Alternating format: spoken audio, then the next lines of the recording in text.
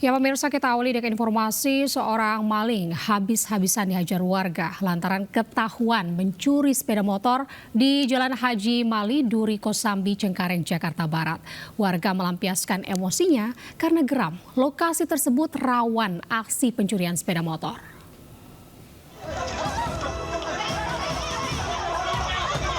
Warga Jalan Haji Mali, Duri Kosambi, Cengkareng, Jakarta Barat digegerkan dengan seorang pria pelaku pencurian sepeda motor. Pelaku menjadi bulan-bulanan warga lantaran geram dengan ulah pelaku. Aksi ini terekam kamera warga dan viral di media sosial. Insiden berawal saat dua pelaku pencurian melancarkan aksinya di waktu ibadah sholat maghrib. Seorang warga menangkap salah satu pencurinya dan mengundang perhatian warga lain. Warga yang geram melampiaskan emosinya kepada pelaku hingga polisi tiba. Pelaku kedapatan membawa golok dan kunci letter T. Sementara satu pelaku lain melarikan diri dengan membawa sebilah samurai. Si pelaku begitu mencongkel motor itu sudah rusak, langsung ditutup oleh salah satu warga dan jamaah di musola itu. Lalu kemudian kabur dan dipukuli di masa. Lokasi ini kerap rawan pencurian sepeda motor. Bahkan dalam waktu sebulan, terdapat 5 laporan kehilangan sepeda motor. Pelaku kini mendekam di balik jeruji besi Polsek Cengkareng guna penyelidikan lebih lanjut. Dari Jakarta, Miftahul Ghani, iNews melaporkan. Seorang pria pengendara sepeda motor melakukan begal payudara terhadap seorang wanita di kawasan Grogol, Petamburan, Jakarta Barat. Pelaku langsung tancap gas, berhasil melarikan diri.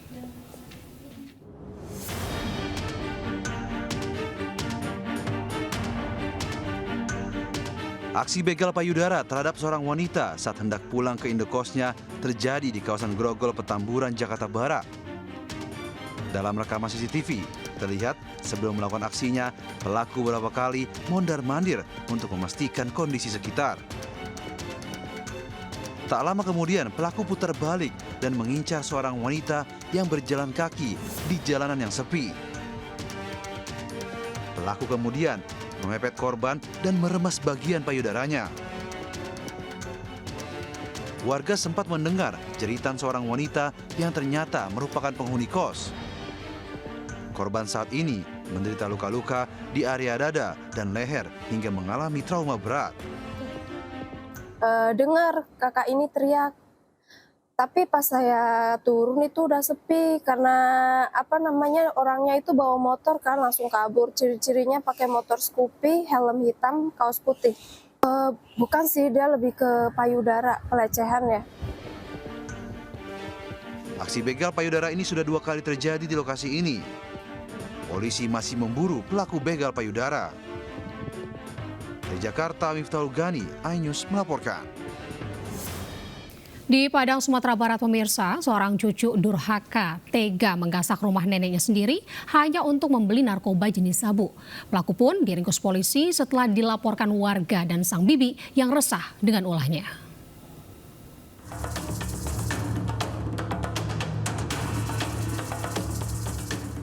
Tim Kelewang Satreskrim Polresta Padang bergerak mendatangi TKP di mana pelaku tengah melakukan aksi pencurian di daerah Rawang Mata Air, Padang Selatan, Kota Padang. Pelaku berinisial R dan L didapati tengah melakukan aksi pencurian dengan membongkar atap dan teralis besi rumah neneknya sendiri yang berada di lantai 2 rumahnya. Kedua pelaku tak dapat berkutik setelah petugas menggerebeknya dan menemukan sejumlah barang bukti puluhan atap dan teralis besi yang sudah disusun untuk dijual ke pasar loak. Pelaku mengaku nekat mencuri dan menguras seluruh barang berharga di rumah neneknya sendiri lantaran kecanduan narkoba jenis sabu.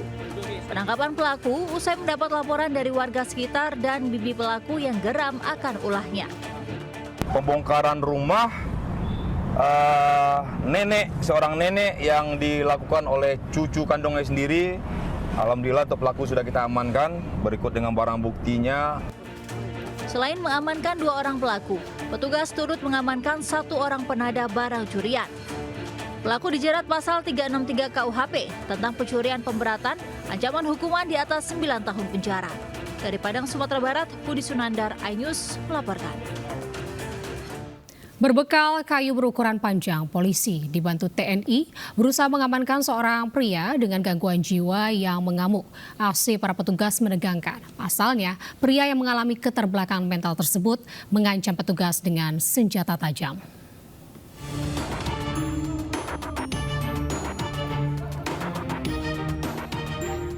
Peristiwa menegangkan terjadi di Jalan BLKI Kota Singkawang, Kalimantan Barat. Petugas kepolisian bersama TNI berjibaku mengamankan seorang pria orang dengan gangguan jiwa AF dari dalam rumahnya. Bahkan polisi menggunakan kayu untuk mengamankan pria ODGJ ini. Penangkapan AF bermula dari laporan warga yang resah lantaran sering mengamuk dengan membawa senjata tajam. Saat berusaha diamankan, AF sempat mengamuk dengan melempar petugas menggunakan botol kaca hingga membawa senjata tajam. AF berhasil diamankan setelah 6 jam proses penangkapan.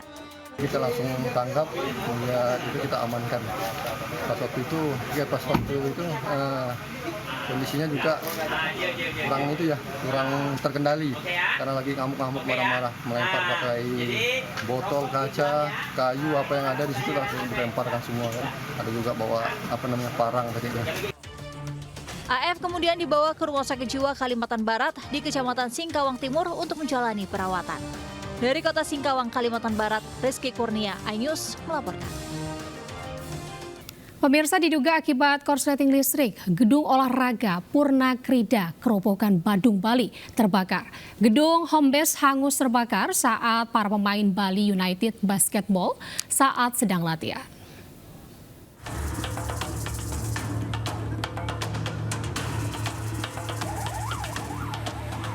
Puluhan petugas dari Dinas Pemadam Kebakaran dan Penyelamatan Kabupaten Badung, Bali bekerja keras memadamkan kobaran api yang membakar gedung olahraga Purna Krida Kerobokan, Badung, Bali.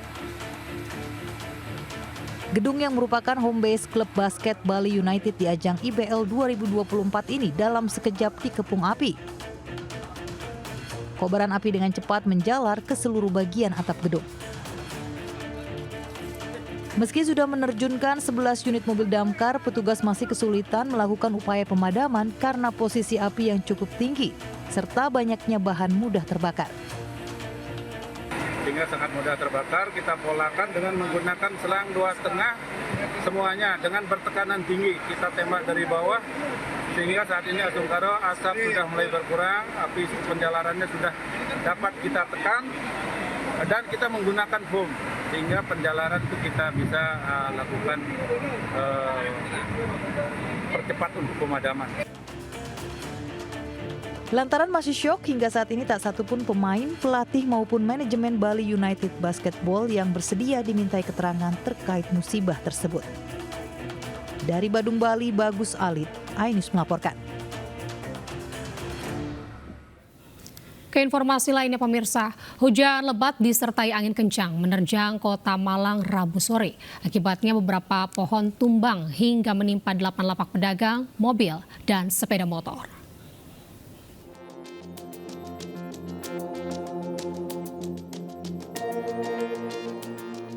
Inilah rekaman beberapa video warga yang menggambarkan kencangnya hujan deras disertai angin Rabu sore di Kota Malang, Jawa Timur.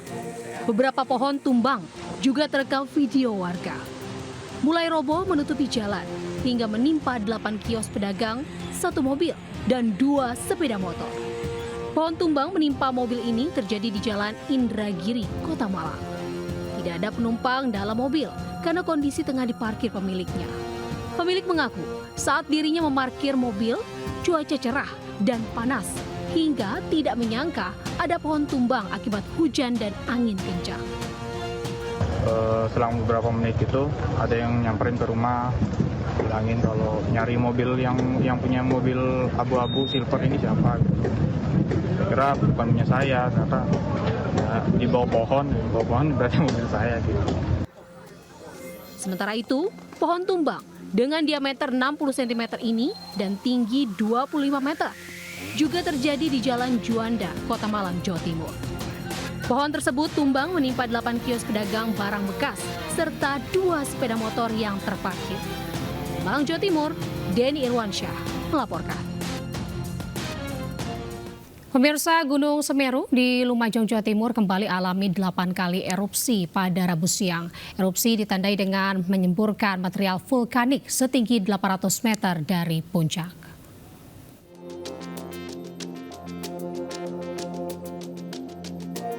Gunung Semeru kembali semburkan material vulkanik setinggi 800 meter dari puncak. Letusan ini terpantau kamera CCTV yang berada di Desa Oro-Oro Ombo, Kecamatan Pronojiwo, Lumajang. Semburan material vulkanik dengan intensitas tebal mengarah ke sisi utara dan barat laut. Berdasarkan pengamatan visual petugas, terjadi 8 kali letusan dengan tinggi kolom asap 200 hingga 800 meter dari puncak. Sementara hasil pengamatan periodik seismograf menunjukkan Gunung Semeru alami 23 kali gempa letusan dengan durasi 107 detik dan 3 kali gempa hembusan selama 58 detik.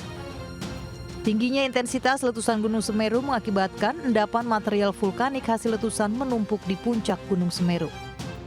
Informasi itu akan kita berikan, kita sebarluaskan kepada masyarakat. Tetapi sesuai dengan himbauan dari BVMBG bahwa pada saat status level 3 siaga ini tetap masyarakat dilarang untuk beraktivitas sepanjang di sektor Tenggara, khususnya sepanjang curah Koboan, radius 13 km. Saat ini status Gunung Semeru masih di level 3 atau siaga. Warga dilarang melakukan aktivitas apapun di sektor Tenggara dengan radius 13 km dari puncak dan 500 meter dari sepadan sungai Curah Kobokan sejauh 17 km.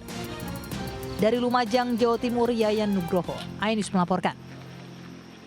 Pemirsa, keberpihakan Partai Perindo kepada masyarakat kembali ditunjukkan melalui program pemeriksaan kesehatan gratis dan bazar sembako murah. Program ini masif digalakan di berbagai daerah untuk membantu meringankan beban ekonomi masyarakat. Ratusan warga menyambut antusias kedatangan Ketua Umum Partai Perindo Haritano Sudibyo dan Ketua Umum Kartini Perindo Liliana Tano Sudibyo di Gang Mawar 3 Kelurahan Pasar Minggu, Jakarta Selatan. Keduanya hadir bersama para caleg Partai Perindo untuk memantau langsung pelaksanaan program pemeriksaan kesehatan gratis dan bazar sembako murah agar tepat sasaran membantu masyarakat kecil yang membutuhkan. Saya ingin menegaskan bahwa Partai Perindo hadir bertujuan untuk melayani masyarakat, bagaimana masyarakat yang kurang mampu ini bisa lebih sejahtera. Itulah kenapa kita sangat ingin kader-kader daripada Partai Perindo duduk di Dewan sebagai wakil rakyat dan nanti akan berjuang untuk kepentingan rakyat. Dengan harga-harga yang semakin melambung juga, di sini Partai Perindo menghadirkan pasar murah dan juga kesehatan gratis ya. Yang mana ini sangat membantu masyarakat di sini dan mereka sangat happy dan mereka sangat senang sekali untuk adanya acara hari ini. Kepada Partai Perindo melalui para calegnya, warga pun berharap partai bernomor urut 16 ini selalu mengutamakan dan memperjuangkan kepentingan rakyat kecil. Harapan saya untuk Partai Perindo supaya nanti ke depannya Partai Perindo bisa mengutamakan masyarakat menengah ke bawah khususnya kesehatannya, kesejahteraannya, semuanya. Saya berharap mudah-mudahan program-program seperti ini sangat mengena di masyarakat dan sangat berguna buat masyarakat sehingga bisa bermanfaat dengan satu tujuan masyarakat Indonesia sejahtera sesuai dengan visi misi Partai Perindo. Dalam kegiatan ini, Liliana Tanu Sudibyo yang juga caleg DPR RI Dapil DKI Jakarta 2 Partai Perindo turut mensosialisasikan tata cara pencoblosan kertas suara di pemilu 2024 sekaligus mengajak masyarakat memilih pasangan Capres-Cawapres Ganjar Pranowo dan Mahfud MD. Dari Jakarta, Esra Ambarita, Damar Wicaksono, iNews melaporkan.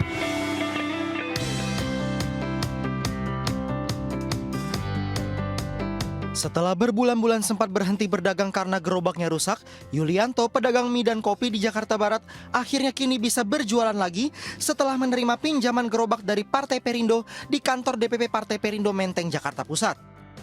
Tidak hanya Yulianto, Partai Perindo juga meminjamkan gerobak kepada 10 pedagang kecil lainnya yang berjualan di kawasan Jakarta Pusat dan Jakarta Selatan untuk membantu mereka mengembangkan usahanya. Alhamdulillah.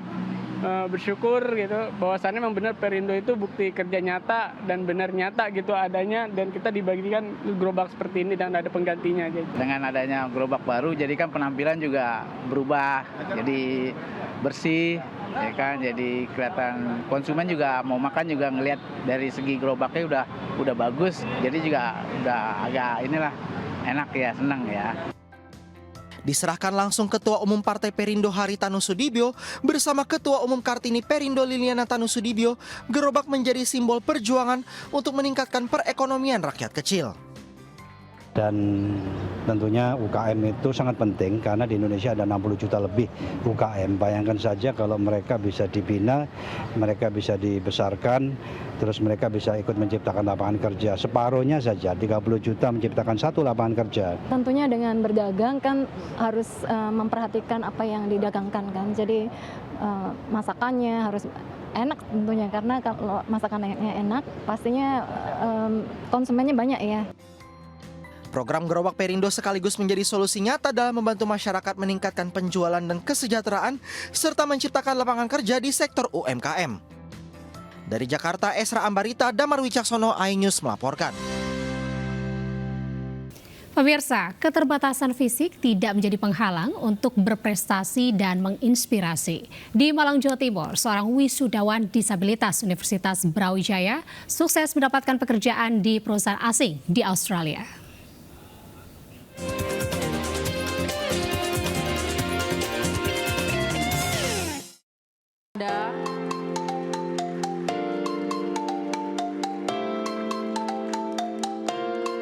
Inilah Elo Kusuma Alfred Mandeville yang sempat viral di media sosial saat menerima ijazah sarjananya. Ia menerima ijazah dengan dagunya dan salaman dengan rektor pakai kakinya karena Elo terlahir tanpa memiliki tangan. Elo yang kini berusia 24 tahun ini merupakan lulusan program studi desain grafis Fakultas Vokasi Universitas Brawijaya Malang dengan IPK 3,47. Sosok Elo membuktikan bahwa keterbatasan bukan halangan. Selama kuliah, ia aktif berbagai organisasi.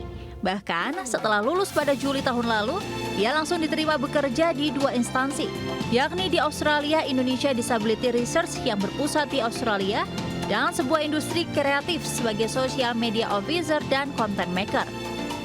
Kalau yang di iDrone ini teknisnya online, WFH, dan kerjanya juga fleksibel gitu, bisa dari mana saja dan kapan saja.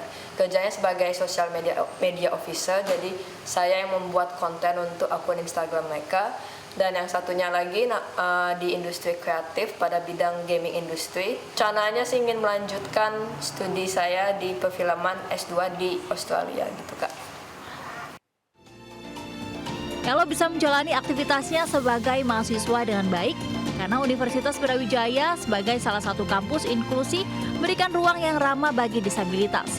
Setiap tahun, rata-rata terdapat 20 hingga 25 mahasiswa disabilitas menimba ilmu di sini. Hingga saat ini, sudah ada 114 mahasiswa disabilitas yang lulus sarjana sejak tahun 2012. Yang kita garap adalah kultur juga, tidak sekedar membangun gedung selesai atau misalnya mengubah memodifikasi kurikulum selesai, tapi juga bagaimana kita harus mengubah lingkungan sosial budaya ini menjadi lebih inklusif. Melalui kisah Elo dan penyandang disabilitas lainnya, memberikan pelajaran bahwa keterbatasan fisik tidak jadi penghalang semangat meraih impian untuk terus berkarya. Dari Malang, Jawa Timur, Yeni Irwansyah, iNews melaporkan.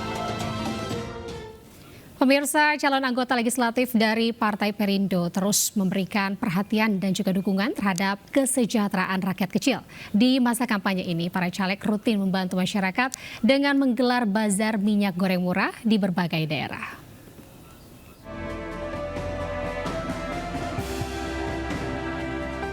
Caleg DPR RI Dapil 6 Jawa Barat dari Partai Perindo, Yenti Nudin, akan mewujudkan aspirasi warga Kampung Sindang Karsa, Tapos, Kota Depok, yang menginginkan ketersediaan air bersih dan pengembangan UMKM. Aspirasi ini disampaikan saat menggelar bazar minyak goreng murah bersama pemuda Perindo. Dalam kegiatan ini, para caleg juga mensosialisasikan tata cara pencoblosan surat suara pada pemilu 2024. Aspirasi dari warga, mereka sangat beraspirasi ingin mendapatkan UMKM ya kalau nanti kami jadi ya, dan juga untuk air seperti air bersih, air isi ulang yang murah. Di sini saya akan memberikan pelatihan kepada pemuda-pemuda di zaman milenial ini. Dengan adanya e-sport, saya akan mengembangkan itu di wilayah Tapos. Bazar minyak goreng murah juga digelar Radio Simbolon dan Rita Mariani, caleg DPRD Kota Yogyakarta dari Partai Perindo di wilayah Klitren Gondokusuman. Jadi bazar ini memang adalah merupakan program dari DPP yang diarahkan ke semua DPW dan DPD untuk berpartisipasi untuk membantu, salah satunya adalah membantu persoalan rakyat yang mengalami kesulitan. Untuk menarik masyarakat, kepada masyarakat bahwa kita peduli kepada masyarakat semua. Kita berbagi dengan adanya bazar murah ini. Bazar murah menjadi komitmen partai yang mendukung pasangan Capres-Cawapres Ganjar Mahfud ini untuk membantu masyarakat. Tim Liputan iNews melaporkan. Pemirsa, mobil kepresidenan yang ditumpangi Presiden Joko Widodo mengalami bocor ban belakang kanan di Grobogan, Jawa Tengah dan viral di media sosial. Petugas Pas Pampres langsung bersiaga di pinggir jalan, sedangkan 3 petugas Pas Pampres lainnya mengganti ban mobil RI1 tersebut.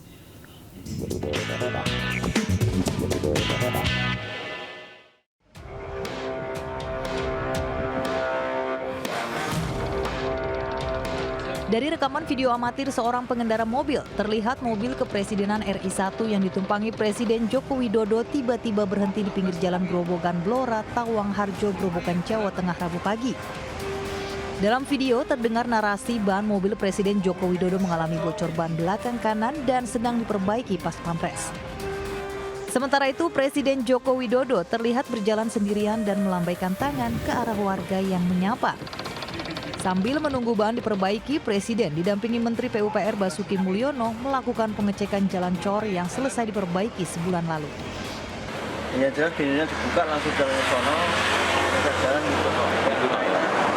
Karena penduduk masyarakat biasa kumpul sama Pak Pampres, nah kita nggak tahu Pak aktivitas itu. Ya. Tapi tahunya aktivitas bongkar ban atau Pak?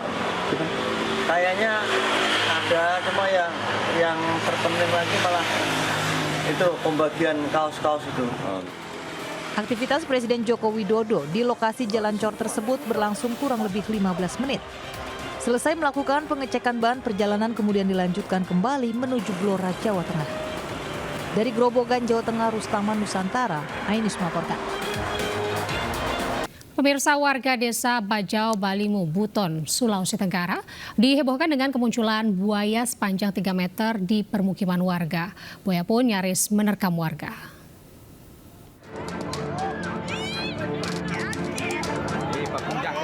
Buaya sepanjang 3 meter ini nyaris menerkam warga di desa Bajau, Balimu, Kecamatan Lasalimu Selatan, Sulawesi Tenggara, Selasa malam.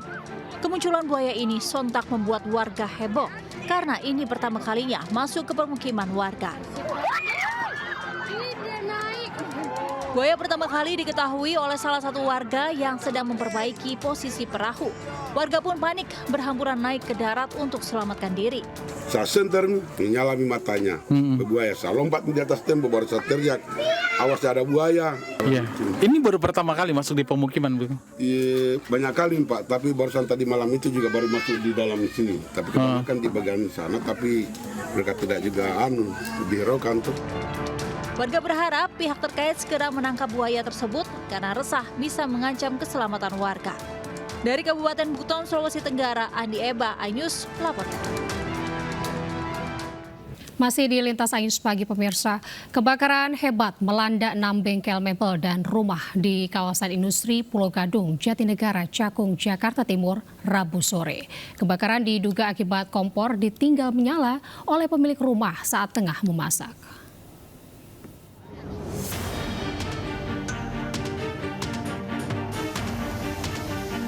Kobaran api dengan cepat meludeskan 6 bengkel mebel dan rumah di kawasan CF Pulau Gadung, tepatnya di Kampung Rawasubur, Jatinegara, Cakung, Jakarta Timur, Rabu sore. Petugas pemadam kebakaran dibantu warga sekitar berjibaku memadamkan api. Banyaknya material kayu mudah terbakar membuat api sulit dipadamkan dan beberapa kali terjadi ledakan diduga dari cat dan thinner. Diduga api berasal dari kompor yang ditinggal menyala oleh penghuni rumah saat sedang memasak. Sebabnya Bang masak? Terusnya? Orangnya nggak ada? Oh, ibu-ibu atau apa? Maksudnya nyebar gitu bang? Ini warteg atau rumah atau apa? Rumah. Api berhasil dipadamkan 1 jam kemudian dengan terjunkan 12 unit mobil damkar. Kasus kebakaran ini kini diselidiki pihak kepolisian Polsek Cakung. Dari Jakarta, Rio Manik, iNews melaporkan. Menko Polhukam Mahfud MD menghadiri kegiatan halakoh dan juga dialog kebangsaan yang digelar di Pondok Pesantren An-Nur Ngrungkem, Sewon Bantul, Yogyakarta. Mahfud juga bertemu dengan sejumlah kiai dan pengasuh pondok pesantren serta pimpinan Pondok Pesantren An-Nur Ngrungkem, Kiai Haji Yasin Nawawi.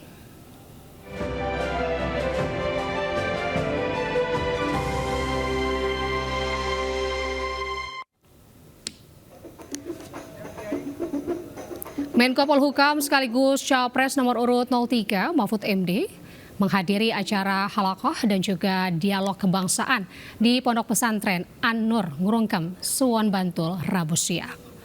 Kegiatan yang dihadiri sejumlah pengasuh pondok pesantren di Yogyakarta itu membahas politik dan hukum di Indonesia. Dalam menyambut pemilu yang tinggal beberapa minggu lagi, Mahfud MD meminta kepada para kiai dan juga santri agar selalu menjaga kedamaian dan kerukunan. Alhamdulillah, Bapak Profesor Dr. berkumpul bermuajahan. Putra calon presiden nomor urut 3 Ganjar Pranowo, Muhammad Zinedin Alam Ganjar, berkeliling kota Palembang bertemu dengan anak muda. Kehadiran Alam untuk menyerap aspirasi anak-anak muda agar bisa diperjuangkan.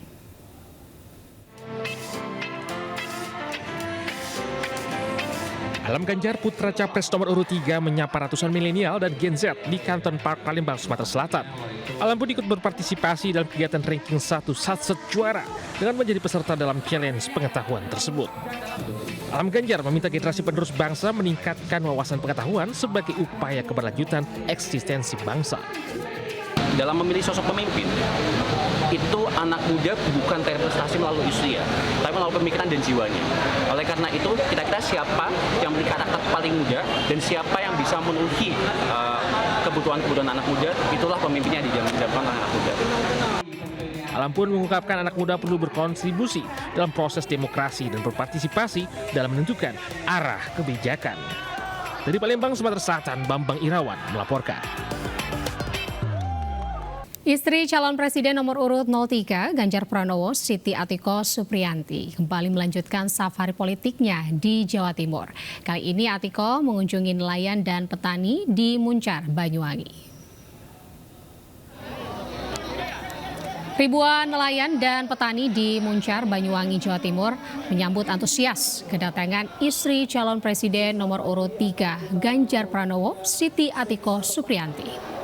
Di hadapan warga, Siti Atiko menyoroti kesulitan yang dihadapi masyarakat seperti tingginya harga kebutuhan pokok dan masalah pendidikan yang tidak semua warga bisa mengakses. Istri Capres Ganjar Pranowo ini pun menyampaikan program kerja pasangan Capres-Cawapres Ganjar Mahfud. Salah satunya program pendidikan satu keluarga miskin, satu sarjana.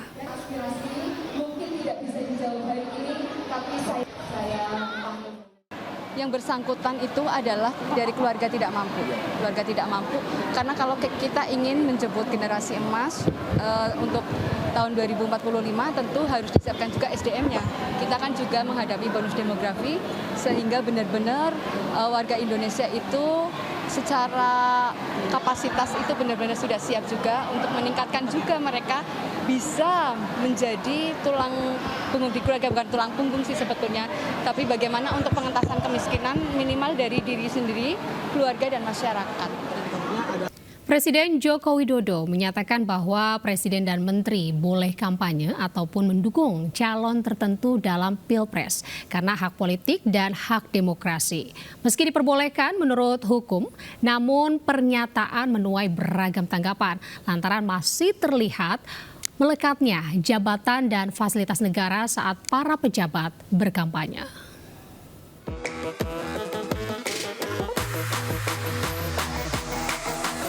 Menanggapi banyaknya kritikan terkait Menteri Kabinet terlibat kampanye Pilpres 2024, Presiden Jokowi menegaskan jika hak demokrasi, hak politik milik setiap orang, termasuk para menteri, bahkan dirinya juga sebagai kepala negara, boleh berkampanye dan berpihak dalam pemilu.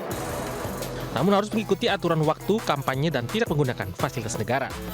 Penegasan itu disampaikan Jokowi kepada awak media di Lanut Halim Perdana Kusuma, Jakarta. Hak demokrasi, hak politik setiap orang, setiap menteri sama saja. Yang paling penting presiden itu boleh loh kampanye. Presiden itu boleh loh memihak. Tapi yang paling penting waktu kampanye tidak boleh menggunakan fasilitas negara. Boleh, Pak. Pernyataan Presiden Jokowi terkait presiden dan menteri boleh berkampanye menuai tanggapan berbagai pihak, salah satunya pakar hukum tata negara. Berkampanye memang diperbolehkan karena diatur undang-undang pemilu, namun harus mengajukan cuti dan tidak menggunakan fasilitas negara. Hal ini terbilang sulit karena jabatan yang melekat. Ikut ya dalam kontestasi kampanye seperti yang kemudian sudah dipraktikkan beliau kemarin-kemarin. Jadi biarlah ini menjadi pekerjaannya para peserta pemilu dan beliau cukup kemudian fokus kepada bagaimana penyelenggaraan negara ini tidak terganggu. Gelaran Pilpres sendiri akan digelar 14 Februari mendatang dengan menghadirkan 3 calon presiden, wakil presiden. Sementara putra sulung presiden sendiri, Gibran Rakabuming Raka, menjadi cawapres nomor urut 2 mendampingi capres Prabowo Subianto. Dari Jakarta, Aulia Syahrmaradan, Stephen Patinama melaporkan. Pemirsa, pernyataan Presiden Joko Widodo terkait presiden dan menteri boleh terlibat kampanye ataupun mendukung calon tertentu dalam kontestasi politik menuai tanggapan, termasuk dari Capres-Cawapres Pilpres 2024. Presiden bahkan menteri boleh berkampanye dan memihak di kontestasi Pilpres. Nah, kalau menurut aturannya seperti apa, Prof? Aturannya, Prof. Etikanya gimana secara ketatanegaraan? Nanti tanya ke Biro Hukum Sekretaris Negara aja. Memperkeruh suasana enggak, Prof? Enggak, kalau saya enggak keruh tuh. Apakah ini artinya masyarakat yang penting kita di sini. Kita akan mengatakan itu benar atau salah berdasarkan pandangan subjektif masing-masing. Negara ini negara hukum, ya pakai aturan hukum. Kalau aturan hukumnya bilang tidak boleh, ya berarti ya tidak boleh. Kalau aturan hukumnya bilang boleh, ya berarti boleh. Ini tidak diatur pakai selera, tapi diatur pakai aturan hukum. Capres nomor urut 1 Anies Baswedan menemui Gubernur DIY Sri Sultan Hamengkubuwono X di Gedung Wills, Kepatihan Kompleks Kantor Gubernur Yogyakarta. Anies juga berjalan kaki di sepanjang Malioboro hingga ke kantor Gubernur Yogyakarta sejauh sekitar 1 kilometer.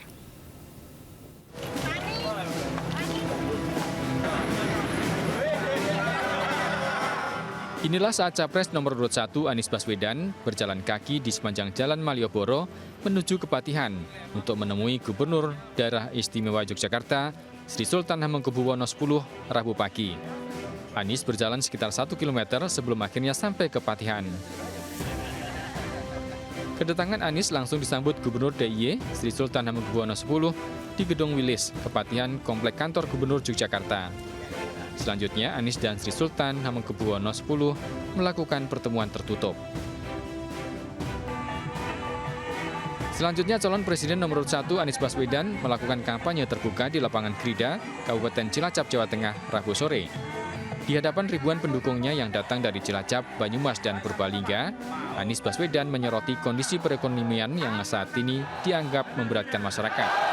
Tidak bisa dibeli dan tidak... Harga pupuk yang mahal dan sulitnya mendapatkan pupuk membuat para petani menjerit, serta kebutuhan pokok tinggi sehingga menyengsarakan masyarakat. Jadi kami mau menyelamatkan nih, Jakarta beli beras ke Cilacap. Bikin perjanjian dengan Gapoktan di Cilacap. Gapoktannya tenang karena 5 tahun punya jaminan. Harganya disepakati. Apa yang terjadi? Petani terima harga jual gabah lebih mahal, kami yang di Jakarta dapat beras lebih murah. Anies juga menjanjikan perubahan tersedianya sembako murah dan ketersediaan pupuk bagi para petani. Dari Cilacap, Jawa Tengah, Heri Susanto, iNews melaporkan. Pemirsa, calon wakil presiden nomor urut 2 Gibran Rakabuming Raka mengunjungi Pondok Pesantren Al-Kahfi Somalangu, Desa Sumberdadi, Kebumen, Jawa Tengah yang merupakan pondok pesantren tertua di Asia Tenggara. Gibran berjanji akan merealisasikan dana abadi pesantren yang menjadi salah satu visi misi pasangan Prabowo Gibran.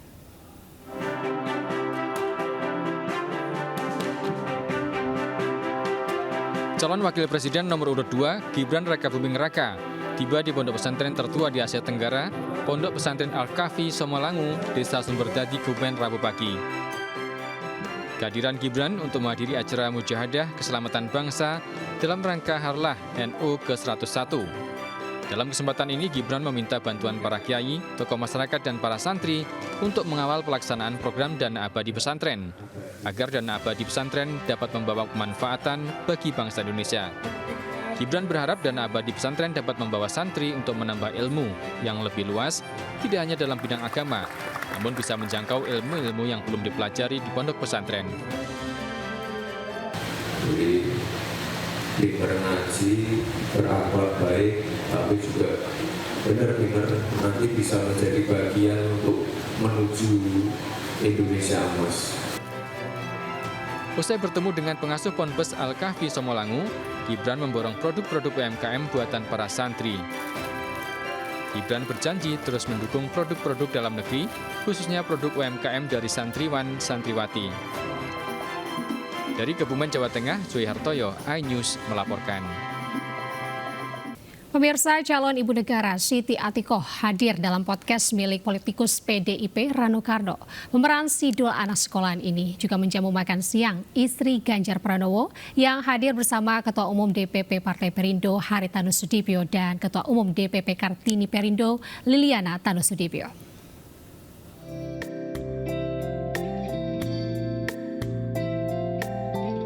Istri Capres Ganjar Pranowo Siti Atikoh bersama Ketua Umum Partai Perindo Haritanu Sudibyo dan Ketua Umum Kartini Perindo Liliana Tanu Sudibyo mengunjungi warung garasi Sidul di kawasan Lebak Bulus, Jakarta Selatan. Kunjungan ini bertujuan untuk pembuatan podcast yang menjadi bagian dalam mensosialisasikan visi misi pasangan Capres-Cawapres nomor urut 3 Ganjar Mahfud melalui platform media digital milik politikus PDIP yang juga mantan Gubernur Banten Rano Karno. Saya berada di rumah Pak Rano Karno. Baru saja ada acara, ada Bu Atikoh di sini, acara podcast. Jadi bincang santai mengenai kegiatan selama ini, termasuk kampanye, pertemuan masyarakat, ya, dan sangat menarik sekali. Saya jujur surprise kehadiran Pak Haritanu dengan Ibu datang ke warung Sidul ini, makanya saya begitu tadi beliau datang saya laporan. Pak, yang Bapak injak ini adalah lokasi sinetron Sidul tahun 92. Yang ditayang di RCTI sampai hari ini. Dalam momen ini, pemeran Sidul dalam sinetron Sidul anak sekolahan ini juga menjamu makan siang sambil berbincang santai mengenai dinamika politik jelang pemilu 2024. Makan siangnya kita disuguhin itu ya kelapa jeli. Kelapa jeli itu sangat terkenal di sini, katanya juga ada makanan ini ya, makanan apa? Betawinya betul. Yang enak ya. Benar. Partai Perindo sebagai partai pendukung Capres-Cawapres nomor urut 3 akan terus mensosialisasikan visi misi Ganjar Mahfud melalui berbagai program yang bermanfaat untuk rakyat. Dari Jakarta, Elsia Keshi Muhammad Fakih, iNews melaporkan.